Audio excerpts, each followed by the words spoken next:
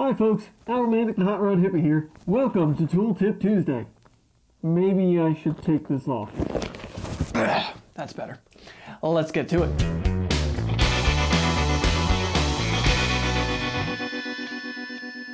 So it's Tooltip Tuesday again, the weekly show where I show you tools that I thoroughly recommend to make your projects and your life easier.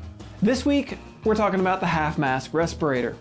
I know this seems like boring safety equipment, but please bear with me for a minute here.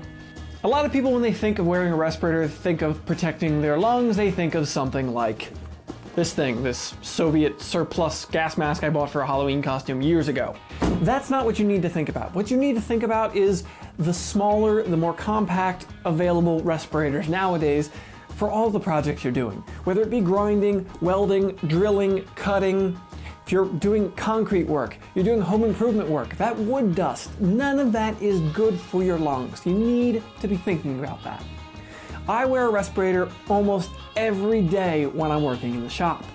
Whenever I'm breaking a cutoff wheel, a grinder, I'm putting a respirator on to save my lungs. I got sick and tired of blowing out my nose at the end of the day and getting black snot.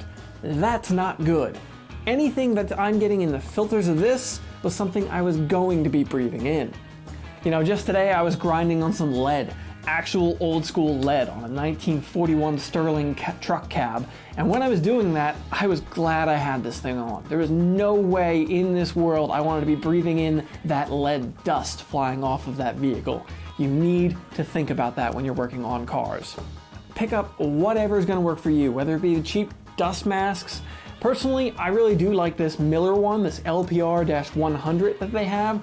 It's a really compact, slimline design. This thing is really handy because you can fit it underneath a welding helmet in most applications. So I really like this when I'm MIG welding because I can put this underneath my helmet and not get all that dust and that crap floating around in the air while I'm laying down those beads. Don't have to worry about that causing me to sneeze or anything like that mid-weld. If you're welding reactive metals like stainless steel, you need to be thinking about this as well because you should not be breathing the fumes that are emitted from those materials. Something to note here is this is just a particulate filter. This is just for grinding dust, for the dust and particles floating around in the air, particulates. This is not for chemicals. So if you're stripping a car with paint stripper, you're using paint thinner, something like that, this is not the option you should be choosing. You should be choosing something that's more intended for paint uses, oil uses. I'm gonna link down in the description to a 3M one. It's pretty similar in size to this one, but it takes the pancake style filters. That should be better for use with chemicals than this one will be. This one runs for about $29.95. That 3M one runs for about 18 bucks. So that's a pretty nice option, even for just particulate use. An important thing to note here that most folks don't think about with these things is checking for a proper seal. But the proper way to check one of these things is to put it on, go ahead and put your hands over the filters, block them, and then breathe in deep. You should feel the mask suck tight to your face. And then you should let out a nice deep breath as well. And you shouldn't feel that air escaping, hitting up into your eyes or anything like that. If that's happening, it might fog up your safety glasses or a face shield. That's not what you want. So you need to check these things for a good proper seal, make sure they're functioning properly, because if it's not sealing your face, it's not sealing out the particulates either. Alright folks, I hope you found this video informative. If you did, drop it a like.